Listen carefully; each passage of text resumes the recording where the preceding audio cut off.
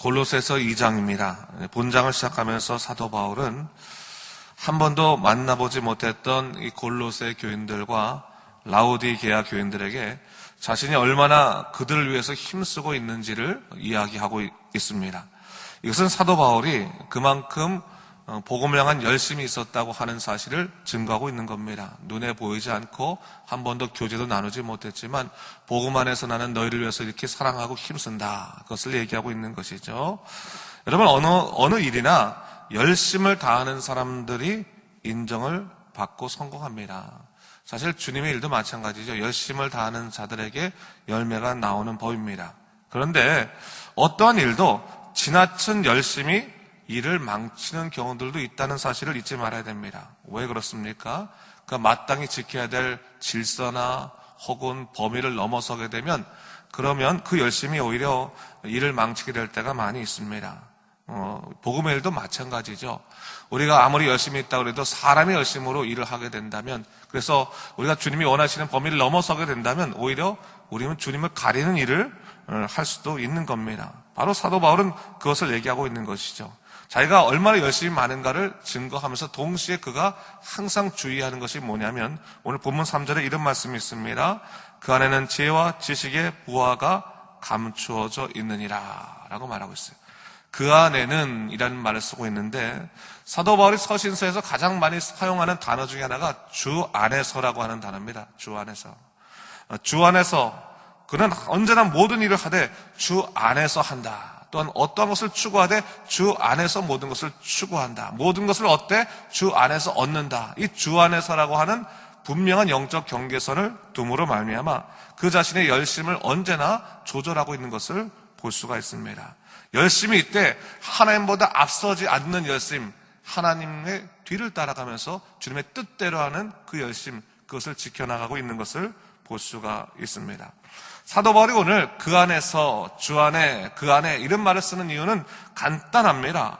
당시 골로새 교회에서는 소위 열심히 있는 사람들을 유혹하는 사람들이 있었습니다. 이미 제가 말씀드렸지만 골로새 교회의 가장 큰 문제 중에 하나는 가만히 들어와서 그들을 유혹하는 거짓 교사들이 있었다고 하는 것입니다. 그들은 주님만으로는 안 된다고 해서 자기들이 가르치는 교리를 배울 것을 종용하였고 그 교리로 인해서 흔들리게 되는 것을 경험하게 되었습니다. 그래서 사도 바울이 다시 한번 정리하고 있는 것이죠.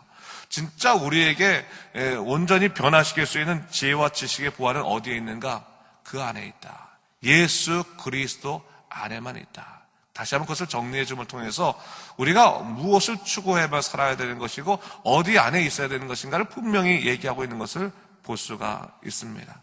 여러분, 오늘날 우리도 마찬가지인 것입니다. 우리가 교회라고 열심히 하지만 언제나 주님의 뜻 안에서 일하는 것이 참으로 중요합니다. 주님의 뜻 밖으로 벗어나게 되면 거기엔 주님은 보이지 않고 자기 자신만 보일 뿐입니다.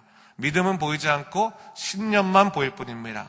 분명히 알아야 되는 것이죠. 그래서 내가 보이지 않고 오직 주님만 보이면서 살아갈 수 있는 삶, 일하면서 수 있는 삶, 그것이 마땅한 삶이며 마땅한 사역임을 다시 한번 사도 바울은 강조하고 있는 것입니다. 자, 오늘 골로새 교회의 문제를 다시 한번 생각해 보길 원합니다. 그들은 거짓 교사들은 이제 골로새 교회 안에 들어와서 사람들을 유혹하기를 열심히 있어야지만 결국은 우리가 구원받는 것인데 예수님만을 아는 것으로는 부족하다라고 말하면서 율법을 지킬 것을 강요하는 사람도 있었고 천사 숭배를 갖다 얘기하는 사람도 있었고 세상의 철학을 가르치는 사람도 있었습니다. 근데 그 모든 것들이 오늘 사도 바울이 보기에는 헛되다고 하는 것을 얘기하고 있는 것입니다. 예수 안에 있으면 된다. 믿음은 오직 예수 안에서 그분의 지혜와 지식을 얻음으로 충분하다고 하는 것을 다시 한번 확인해주고 있는 것을 볼 수가 있습니다. 그렇다면 왜 골로새 교인들이 예수님이 아닌 다른 곳에서 지혜와 지식을 얻으려고 했을까? 그 이유는 명확한 것입니다. 그들이 예수님을 인격적으로 만나지를 못했기 때문입니다. 사도 바울은 거짓 교사들에게 속아 넘어가는 그런 사람들을 보면서 안타까워했던 것이죠. 믿음의 굳건함이라고 하는 것은 오직 예수 안에서 이루어지는 것인데 너희가 예수님을 인격적으로 만나지 못했기 때문에 결국 이런 일이 일어나는 것이 아니냐. 그것을 얘기하고 있는 것이죠. 그렇다면 우리가 분명합니다. 믿음 생활 때 무엇을 추구해야 될 것인가? 예수님과의 인격적인 관계를 추구해야 되는 것입니다. 다시 말해서 예수님을 바라보고 그분을 통해서만 인생을 살아갈 수 있는 그 영적 관계를 분명히 세우는 것이 중요하다라고 하는 것입니다. 예수님 이외에 다른 것을 통해서 자기 신앙의 위로를 받으려고 해서는 안 된다고 하는 것을 얘기하고 있는 겁니다. 가끔 가다 보면 예수님과의 관계가 바르지 못할 때 그저 교회에 있는 여러 가지 봉사를 통해서만 만족하는 사람들이 있을 수 있습니다. 근데 그것은 안 되는 겁니다. 제일 중요한 것은 신앙은 예수님과 나와의 관계라고 하는 겁니다.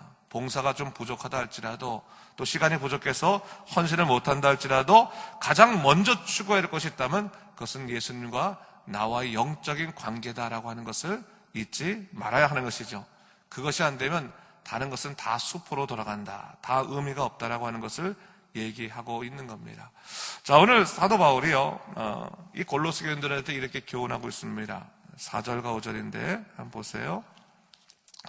내가 이것을 말함은 아무도 교모한 말로 너희를 속이지 못하게 하려 함이니 이는 내가 육신으로는 떠나 있으나 심령으로는 너희와 함께 있어 너희가 질서 있게 행함과 그리스도를 믿는 너희 믿음이 굳건한 것을 기쁘게 봄이라 했어요. 골로새 교회에 교묘한 말로 사람을 속이는 사람이 있었다고 하는 것을 얘기하는 겁니다. 근데 가만히 보면요, 누가 속습니까? 착한 사람들이 많이 속습니다. 오늘날도 보면 이단에 빠져드는 사람들, 정말로 다 착한 사람들 수없이 많이 있습니다. 그래서 이단 종파에 가보면, 교회에 가보면 정말 교회에서 상처받은 착한 사람들로 다 차이 쓰는 거예요. 근데 여러분, 착한 것이 신앙의 자랑이 되지 못하는 겁니다. 영적 분별력이 있어야 되는 것이죠. 영적 분별력이 온전히 있으려면 어떻게 됩니까? 확고한 주님과 나와의 관계성이 확립되어 있어야 되는데 이것을 위해서 사도 바울이 6절과 7절에 이렇게 교훈을 하고 있는 것을 볼 수가 있습니다. 6절과 7절 말씀을 우리 다시 한번 같이 읽도록 하겠습니다. 시작. 그러므로 너희가 그리스도 예수를 주로 받았으니 그 안에서 행하되 그 안에 뿌리를 박으며 세움을 받아 교훈을 받은 대로 믿음에 굳게 서서 감사함을 넘치게 하라. 간단한 이야기지만 영적인 원칙 혹은 영적인 원리를 가르쳐주는 거죠. 자, 우리가 주님 안에서 온전히 바로 살기 위해서 주님과 인격적인 관계가 바로 성립되기 위해서는 뭘 해야 되냐? 첫 번째 뭐냐? 예수님은 누구십니까? 주님이시다라고 하는 것을 분명히 해야 된다고 하는 겁니다. 주님이심을 분명히 한다고 하는 것은 뭡니까? 주님의 음성을 듣는 자이고 또 주님의 말씀대로 사는 삶을 말하는 것입니다. 그것이 바로 주님을 모시는 방법이고 주님과의 관계성 속에서 이루어지는 일입니다. 여러분, 우리는 어떠한 일을 할 때 사실은 주님에게 먼저 기도하고 주님의 음성을 들으려고 하고 있습니까? 아니면 내 음성을 듣고 내 생각대로 하려고 하고 있습니까? 우리는 주님을 나의 주님이라고 고백하지만 사실 대부분의 경우에 주님 뜻대로 일하기보다는 내 뜻대로 일할 때가 더 많이 있습니다. 주님의 만족대로 일하기보다는 내 만족을 추구할 때가 많이 있습니다. 그러나 예수 그리스도를 주인으로 모시고 그분을 나의 주님이라고 고백한다면 우리는 어떠한 일을 하기에 앞서서 주님께서 과연 이것을 기뻐하시는 일인가를 곰곰이 생각해보고 기도하고 그 주님의 뜻대로 일할 수 있도록 우리 자신을 바꿔가야 한다고 하는 사실입니다. 그것을 분명히 할 필요가 있다고 하는 것입니다. 그래서 사도 바울은 예수 그리스도가 주라고 말하면서 동시에 뭐라고 얘기하고 있습니까? 우리에게 그 안에서 행하라고 얘기하고 있습니다. 주님을 우리의 울타리 삼아서 주님의 생각의 범위를 넘어서지 말라, 주님보다 앞서지 말라라고 하는 것을 얘기하고 있는 것입니다. 여러분, 우리가 어떠한 일을 행하기에 앞서서 우리 열심히 때로는 주님보다 앞설 때도 있지만 사실은 우리의 걱정이 너무 커서 주님의 일들을 막을 때도 적지 않습니다. 여러분, 염려가 너무 많은 것, 걱정이 많은 것도 하나님을 가립니다. 또 주님의 울타리를 넘어가게 되는 것입니다. 걱정하기 앞서서 기도해야 되는 것입니다. 그래서 기도하는 사람들은 주 안에서 살아갈 수 있는 비결을 얻고 걱정과 근심을 이겨낼 수 있는 힘을 얻을 수 있다는 것을 잊지 말아야 됩니다. 여러분, 우리가 항상 주 안에서 있는 그 훈련, 특별히 무엇을 하든지 주님 안에서 생각하는 그 훈련들이 중요하다라고 하는 것을 우리가 다시 한번 오늘 본문을 통해서 생각해 볼 수 있는 것이죠. 그리고 매 순간마다 예수 그리스도 안에 뿌리를 받고 세움을 받아야 된다라고 하는 것입니다. 그런데 그걸 그렇게 위해서는 오늘 본문에 나온 것처럼 교훈을 받은 대로 그리고 믿음에 굳게 서는 일이 중요하다고 하는 것입니다.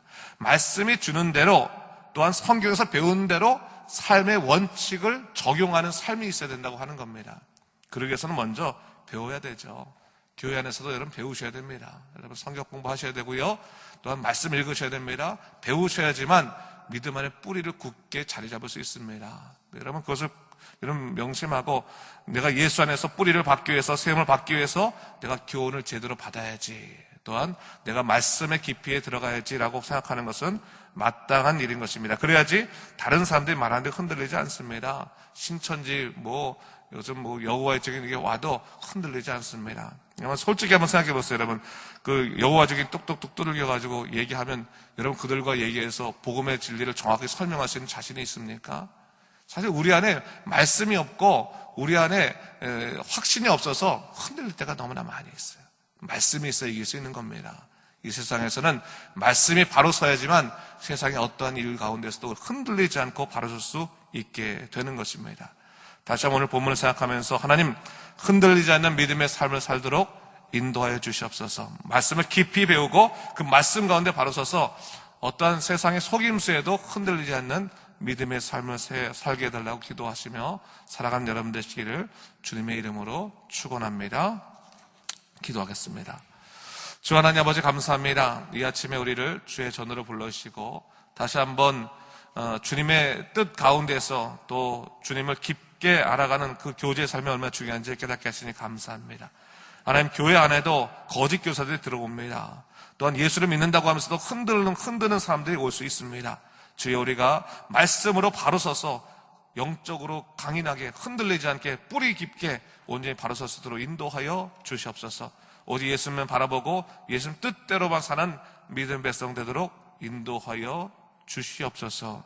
감사드리며 이 모든 말씀 예수님 이름으로 기도드립니다. 아멘.